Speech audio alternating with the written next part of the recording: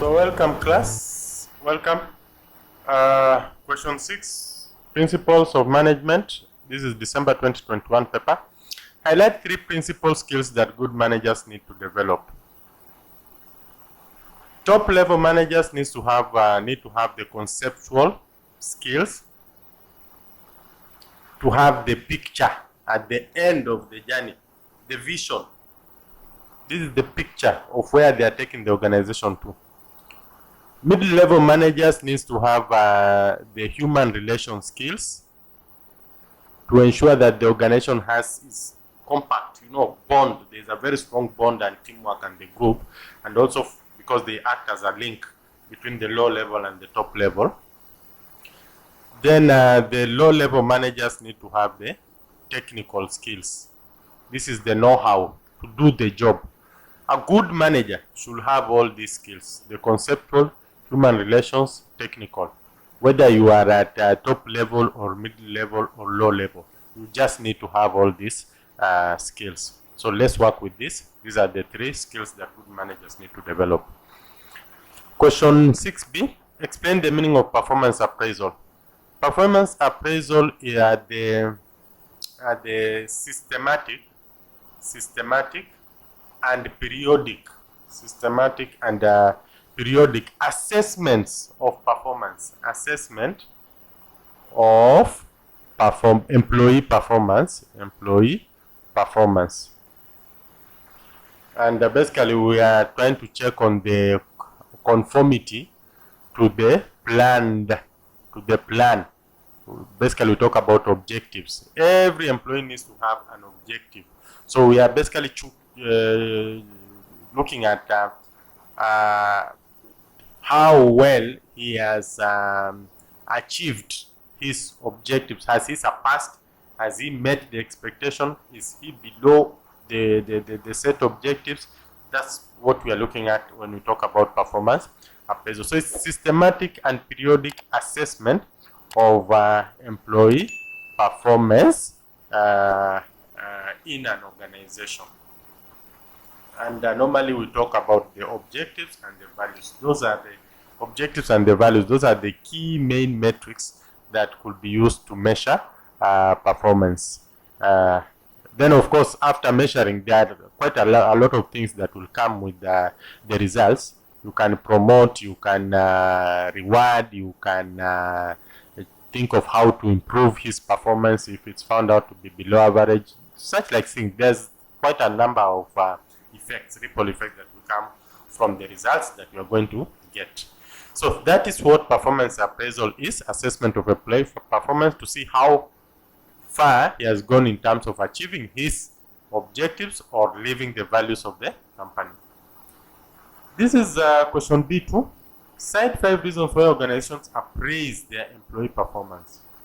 5 reasons why organizations appraise their employee. Sorry, it's like I've just done my own stuff here. So where is that question? The question has disappeared. Oh, it's here. Question 6. Cite 5 reasons why organizations appraise their employee performance. Why do organizations appraise their employees' performance? Number 1, for feedback.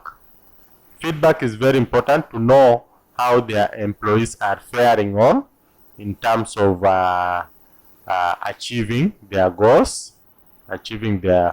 or objectives. Let's talk of objectives. These are short term. So for feedback purposes, it's important that organizations appraise employees. Then also, for the sake of modifying, they need to modify employee behavior. Employee behavior calls for appraising. We've said that you don't just look at the objectives only. You also look at the values. Does this employee live the values of the organization?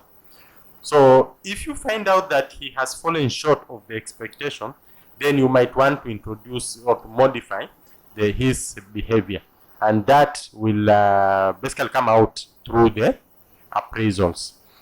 Then number 3, it motivates the employees. It motivates the employees. Employees will, and we say basically that anything that is measured, kind of, brings in the accountability, answerability aspect, and it's a drive in itself, because everybody will want to score well.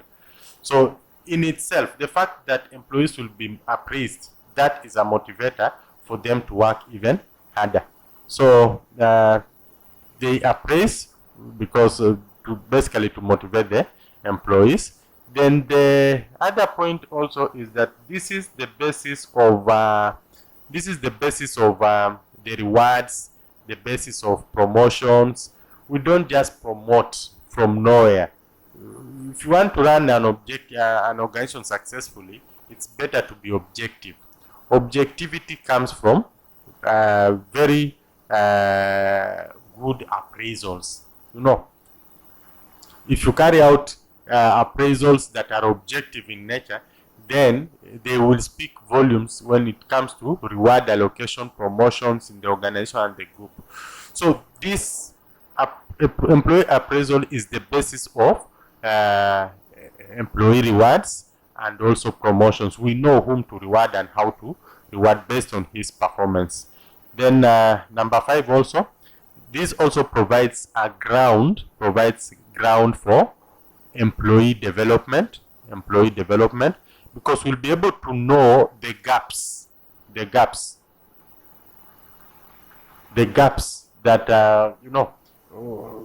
you sit with the employee and you ask him, why have you not scored these marks that I expected you to score? And he will tell you it's because of A, B, C, and D.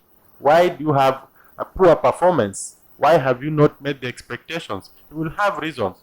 Then you might think of how to improve on this, on the low level performance, maybe through trainings, through mentorship. Those are things that will come, and they are very beneficial to the employee and the organization at large. These employee appraisals have also been used to strengthen the bond between the subordinate and his superior, because they will sit together and they will discuss the performance of the other one, and the superior will be able to understand why or the challenges that the employee is getting, and by doing that, you are strengthening the bond, and it brings in that communication. Actually, it enhances communication, and it also brings in uniformity of purpose, because through appraisals, the subordinate is able to see how or why his poor performance, how it will affect the superior, and the superior will also meet his superior. So that link is very important. It's built through the appraisals. So you're able to see the effect of your performance on your superior score sheet. So that is possible through appraisals. I think we have also, it's a platform that can be used to clarify expectations, especially by the bosses. The bosses might want to use this to clarify the expectations. Remember, the subordinate will be pouring his performances to the superior, who will be pouring to the next superior, like that, and it goes up and up and up like that. So it's very important that the superior clarifies what he expects from the subordinate, and this is a very good platform to be used for that.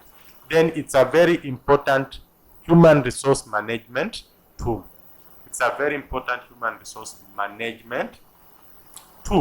Especially when it comes to records on how the employee has fared on in terms of performance. Sometimes some of this, it might lead to firing or dismissal, and dismissals are very tricky. It might end up in the court of law. So unless you have records to show that you have really tried to improve on the performance level of these employees to no success, then the company might end up paying huge amounts of money in terms of fine. So very good from HR as one of the records and that trail. So pick any 5 here and you'll be good to go. Discuss 5 fundamental functions of management. This one I'm not discussing.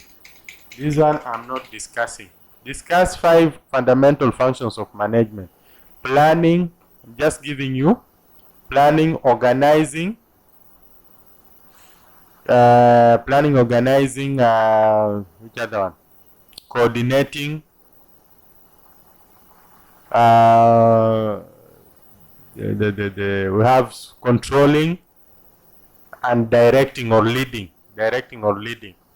And then these are the major ones by Fayol, which I believe that each one of us should know. And then we have the others, which are staffing, communicating,